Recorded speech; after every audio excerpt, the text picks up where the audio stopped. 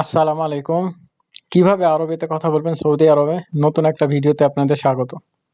আপনারা সবাই কেমন আছেন? আশা করি ভালো আছেন। আলহামদুলিল্লাহ আমিও ভালো আছি। তো আজ আমরা আরো কিছু গুরুত্বপূর্ণ বাক্য শিখব যেগুলো আমাদের প্রতিনিয়ত ব্যবহার করতে হয় এবং এগুলো অতীতকালে ব্যবহার হয়। যেগুলো আমরা বাঙালি, হিন্দি আমরা জানি না যেগুলো আসলে কিভাবে ব্যবহার করতে হয়। তো ভিডিওর সাথেই থাকুন। আর অবশ্যই আমার ভিডিও যদি আপনাদের ভালো লাগে অবশ্যই একটা লাইক ও চ্যানেলটা সাবস্ক্রাইব করে যাবেন পরবর্তী ইউনিক ভিডিওর জন্য। তো চলুন শুরু করা যাক। যদি বলেন যে আমি চেষ্টা করেছি, আমি চেষ্টা করেছি। আনা হাওয়ালত, আনা হাওয়ালত বা আনা হাওয়ালতু মানে আমি চেষ্টা করেছি। আনা হাওয়ালতু মানে আমি চেষ্টা করেছি। আনা হাওয়ালতু মানে আমি চেষ্টা করেছি। আর যদি এটাই আপনি মহিলাদের ক্ষেত্রে বলতে চান তো কিভাবে বলবেন? ইনতি হাওয়ালতি, ইনতি হাওয়ালতি, ইনতি হাওয়ালতি মানে আপনি চেষ্টা করেছেন মহিলাদের ক্ষেত্রে। ইনতি হাওয়ালতি মানে আপনি চেষ্টা করেছেন।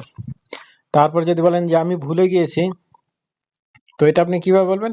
আনা নেসেত, আনা নেসেত মানে আমি ভুলে গিয়েছি। আনা নেসেত বা আনা নেসেতু মানে আমি ভুলে গিয়েছি। কিন্তু কিন্তু বাঙালি হিন্দি এটা কিভাবে বলে? যে আনা ইনসা, আন্তা ইনসা, হু ইনসা এভাবে বলে। তো আসলে আজকের পর থেকে এভাবে বলবেন না। যদি বলেন যে আমি ভুলে গিয়েছি, তখন বলবেন আনা নেসেতু বা আনা নেসেত, ওয়াল্লাহ আনা নেসেত মানে আমি ভুলে গিয়েছি। আর এই বাক্য যদি আপনি মহিলাদের ক্ষেত্রে বলতে চান তো কিভাবে বলবেন? ইনতি নেসেতি, ইনতি নেসেতি মানে আপনি ভুলে গিয়েছেন। ইনতি নেসেতি মহিলাদের ক্ষেত্রে আনতে হয় না, ইনতি হয়। ইনতি নেসেতি মানে আপনি ভুলে গিয়েছেন। তারপরে যদি বলেন যে আমি ভ্রমণ করেছি, আমি ভ্রমণ করেছি। আনা সাফারত, আনা সাফারত মানে আমি ভ্রমণ করেছি বা আনা সাফারতু মানে আমি ভ্রমণ করেছি বা আমি সফর করেছি। ভ্রমণ মানে সফর, যেটা আমরা সফর করি, কিন্তু এটা আসল আরবি হচ্ছে আপনার ভ্রমণ করা। তো যদি বলেন যে আমি ভ্রমণ করেছি বা আমি সফর করেছি, আনা সাফারতু মানে আমি ভ্রমণ করেছি। তো বাঙালি হিন্দি এটা কিভাবে বলে? আনা সফর, আন্তা সফর, হু সফর। যখন সে কফিলের সাথে বলে যে আমি সফর করছি বা আমি করেছি, তখন কি বলে কফিলের সাথে? মুদির আনা আবুকা সফর এভাবে বলে। তো আজকের পর থেকে এভাবে বলবেন না। যদি বলেন যে আমি সফর করেছি, তখন কিভাবে বলবেন? আনা সাফারতু, আল্লাহ আনা সাফারতু গাবল মানে আগে আমি সফর করেছি। আনা সাফারতু। আর যদি মহিলাদের ক্ষেত্রে বলতে চান কিভাবে বলবেন? এনতে সাফারতি, এনতে সাফারতি।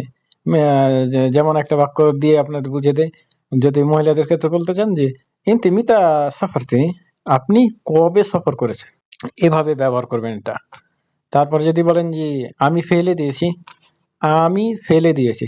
আনা রামেত, আনা রামেত মানে আমি ফেলে দিয়েছি।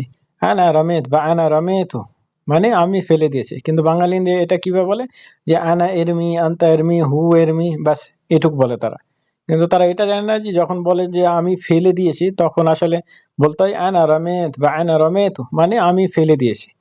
আর এই বাক্য যদি আপনি মহিলাদের ক্ষেত্রে বলতে চান তো কিভাবে বলবেন?